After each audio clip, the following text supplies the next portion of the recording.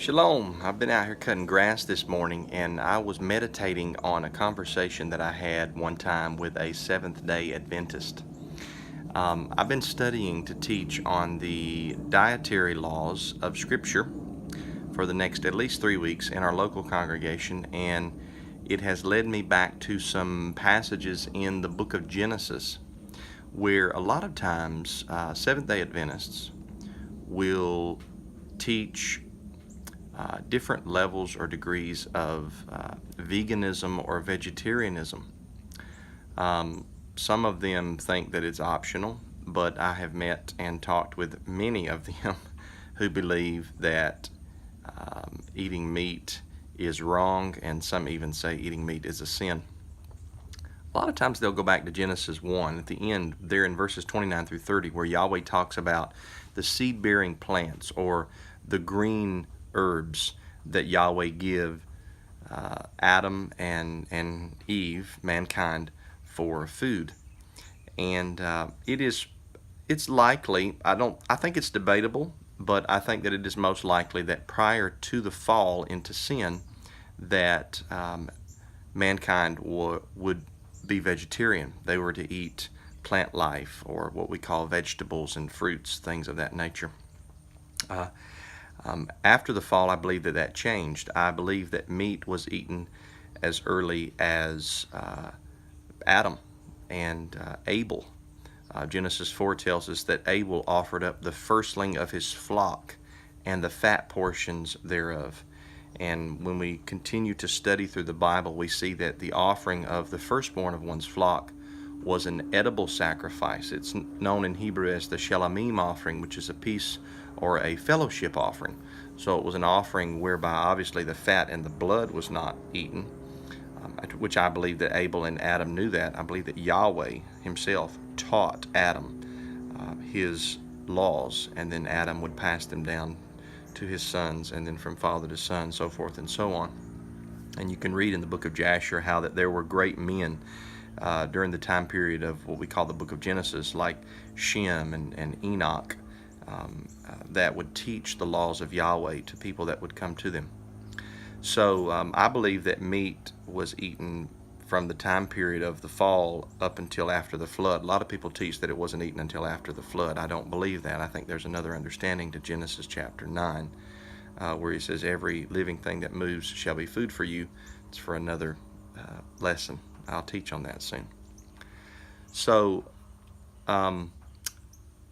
this particular gentleman, going back to the conversation I had with the Seventh-day Adventist, this particular gentleman told me that prophetess Ellen G. White had mentioned that in the last days, which he believes we're living in the last days of human history, she had said that all the meat would be contaminated.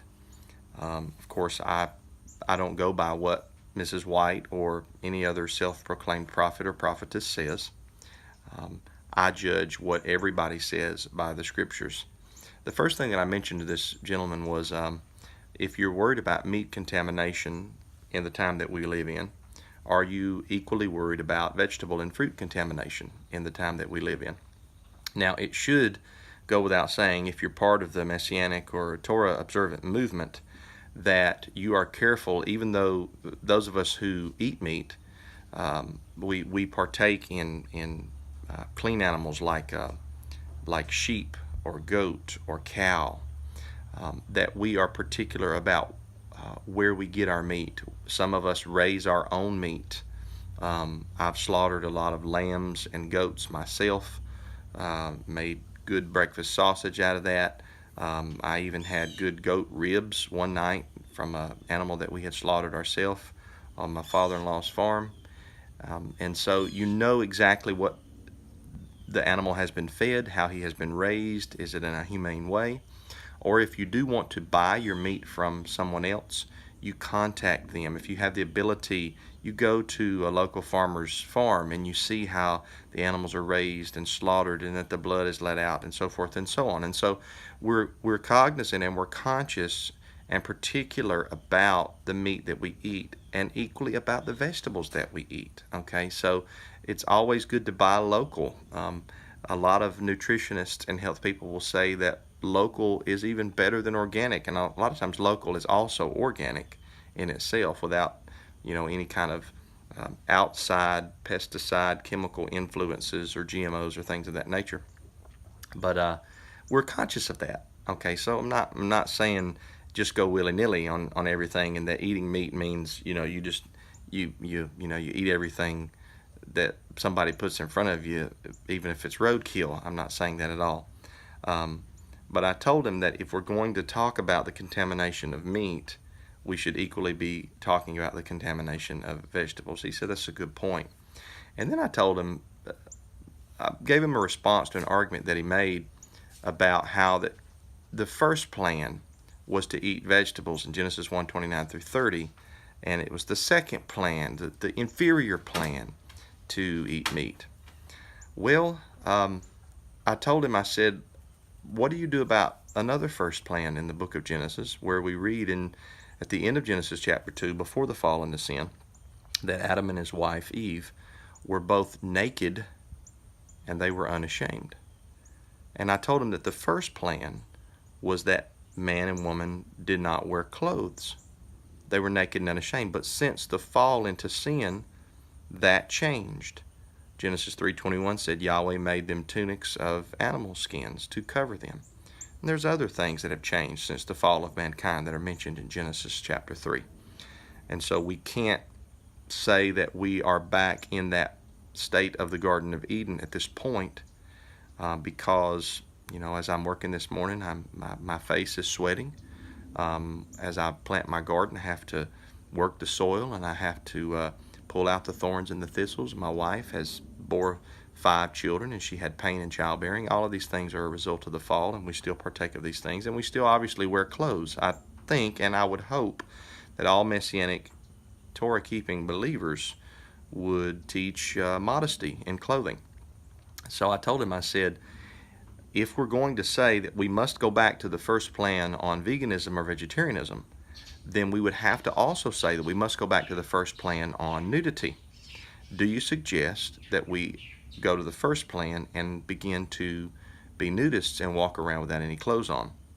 This gentleman looked at me, and he put his hand on his face and began to rub his chin. And he said, brother, I don't think we're ready for that one.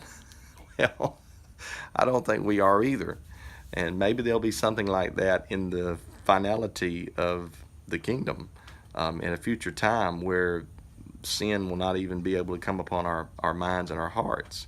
But at this point, we're definitely not ready for that message. And so the Bible does not teach that you must be a vegetarian. If you choose to be a vegetarian or a vegan, that is fine.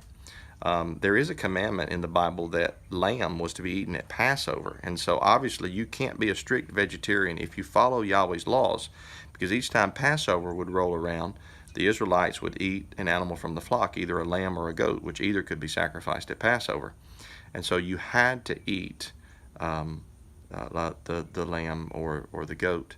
And of course, then you have texts like Deuteronomy 12, where Yahweh says, when you enter into the land and you have a strong desire to eat meat, in your gates you may kill and eat whatsoever your heart desires, even as the deer and the gazelle. I've given you all these animals to eat, talking about the clean animals. And so the Israelites, they were big meat eaters. They raised their animals, yes, obviously, but they would slaughter and eat their animals. In the parable of the prodigal son, when the son finally returns and comes to his senses, and they kill that fatted calf, or Abraham, when he has the angelic visitors in the book of Genesis, he tells Sarah, be quick and prepare the food, and part of that food that he's preparing is the meat. And so there's nothing wrong with eating meat in the Bible. So that's my thought for today. As I'm mowing the grass, hope you have a great day. Yahweh bless you, and shalom.